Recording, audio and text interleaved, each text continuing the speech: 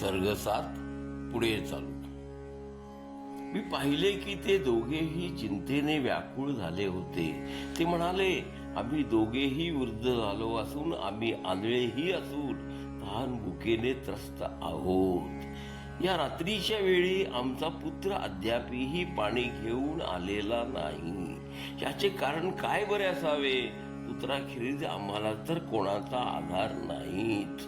आम्ही वृद्ध शोकाकुल तहानेने त्रस्त असताना आमच्यावर भक्ती असणारा आमचा श्रावण बाळ का बरे आमची उपेक्षा करतोय? का कारण असावे बरे? ते चिंतित असतानाच माझ्या पावलांचा आवाज ऐकून पिता म्हणाले, बाळा, यावेळी पाणी आणणे कामी तू इतका उशीर का केलास? आम्हाला त्वरित पाणी पाज आणि तूही पाणी प्राशन कर.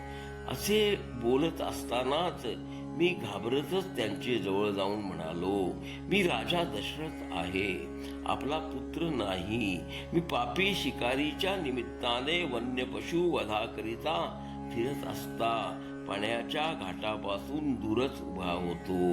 त्यावेळी पाण्यात झालेला आवाज ऐकून तिकडे एक शब्दवेदी बाण सोडला. नंतर मी मेलो असे शब्द ऐकून मी भयभीत होऊन गेलो. तेथे गेल्यावर पाहतो तर जटा सुटलेल्या अवस्थेमध्ये पडलेला मुनिकुमार पाहून मी भयभीत होऊन त्याचे पाय पकडून क्षमा करून रक्षण करण्याची विनंती करीत राहिलो. तेव्हा तो म्हणाला, भिवू नकोस, तुला ब्रह्महत्या भय नाही.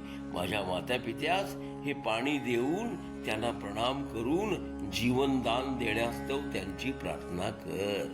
मुनिकुमाराने असे आश्वासित केल्यावर मुनींची हिंसा करणारा मी तुम्हा शरण आलो आहे. आपण दोघांनी दयार्द्रतेने दयायुक्त होऊन माझे रक्षण करावे. हे ऐकून पुत्र दुःखाने पीडित झालेल्या त्यांनी पुत्राकरिता फारच शोक केला. रडत रडत भूवर पडले आणि म्हणू लागले, आमचा पुत्र पडलेल्या ठिकाणी आम्हास घेऊन चल. मग त्यांच्या मृत पुत्राच्या ठिकाणी मी त्यांना घेऊन गेलो. आपल्या दोन्ही हातांनी स्पर्श करून ते नेत्रहीन दाम्पत्य विलाप करू लागले की, हे पुत्रा, हे मुला, असे आक्रंदून ते त्याचे जवळ पाणी मागू लागले. आम्हाला भरपूर पाणी तू का बरे देत नाही आहेस? नंतर ती दोघे मला म्हणाले, राजा, त्वरित एक चिता तयार कर. त्यावर मी त्वरित एक चिता रचली. त्यावर तिघांनाही ठेवले आणि अग्नी दिला.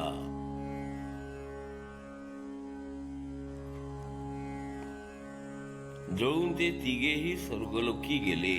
मरणापूर्वी तो वृद्ध पिता मला शापित करून म्हणाला, तुझ्या बाबतीतही असेच घडेल. माझ्या या वचनानुसार तूही पुत्र शोकानेच मरण पावशील.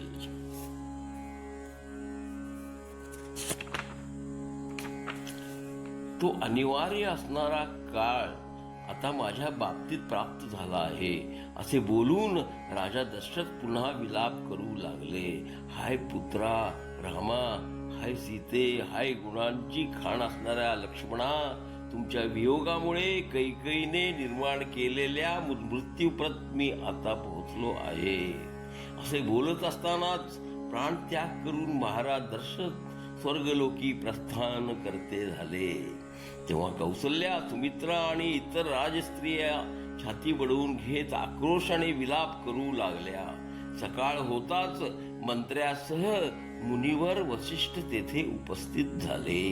नंतर तेलाने भरलेल्या एका डोणीत दशरथ महाराजांचे शव ठेवून वसिष्ठांनी दूतांना आज्ञांकित केले, वेगवान घोड्यावर बसून तुम्ही त्वरित युधाजिताच्या राजधानीस जावा.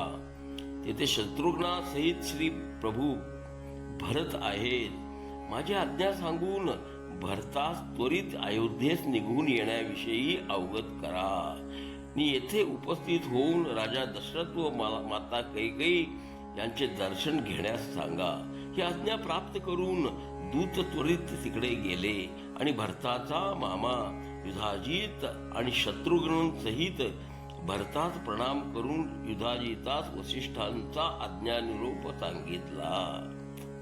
आज्ञा ऐकून भरत भीतीने विवळ होऊन गुरु आज्ञेने लहान बंधू शत्रुघ्नासह दूतांबरोबर निघाला.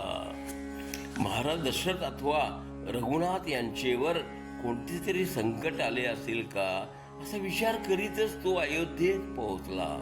पाहतो तर संपूर्ण नगरी कळाहीन दिसत होती. लोकांची वर्दळही नव्हती, तसेच उत्सवही दिसत नाही. अशा विपरीत दृश्याने भरत चिंताक्रांत झाला. राजलक्ष्मी रहित अशा राजवाड्यात प्रवेशला. त्यास दिसले की एकाकी कैकेयी एका आसनी बसली असून भीतीयुक्त होऊनच त्याने मातेच्या चरणी मस्तक ठेवून तिला प्रणाम केला. भरत आल्याचे पाहून कैकेयीने मोठ्या प्रेमाने त्यास आलिंगन देऊन आपल्या मांडीवर बसवले. त्याच्या मस्तकी अवघ्राण करून तिने आपल्या कुळाचे कुशल विचारणा केली की माझी सुलक्षणा आई, बाबा, भाऊ सर्व खुशाल आहेत ना? हे बाळा, तुला खुशाल पाहून मला बरे वाटले. मातासे म्हणालेवर काळजीने व्याकुळ भरताने विचारणा केली की आई, माझे तात कोठे आहेत? कारण तू तर येथे एकटीच की बसली आहेस. तुझ्या विंतर तात एकांती कधी राहत नाहीत. मग आता ते कुठे दिसत नाहीत? मला सांग, ते कुठे आहेत? पिताजी न दिसल्यामुळे आज मला दुःख होत आहे आणि भयही वाटत आहे. तेव्हा कैकेयी पुत्रास विचारणा करते झाली की हे पुण्यशील भरता, तुला दुःख का बरे होत आहे? हे पितृवत्सल भरता, अश्वमेघ इत्यादी यज्ञ करणाऱ्या धर्मपरायण पुरुषांची जी गत होते तीच आज तुझ्या पिताजींचीही झाली आहे. सर्ग 7 पुढे चालू. घ्या श्रवणानंद. हरिओम तत्सत. हरिओम तत्सत.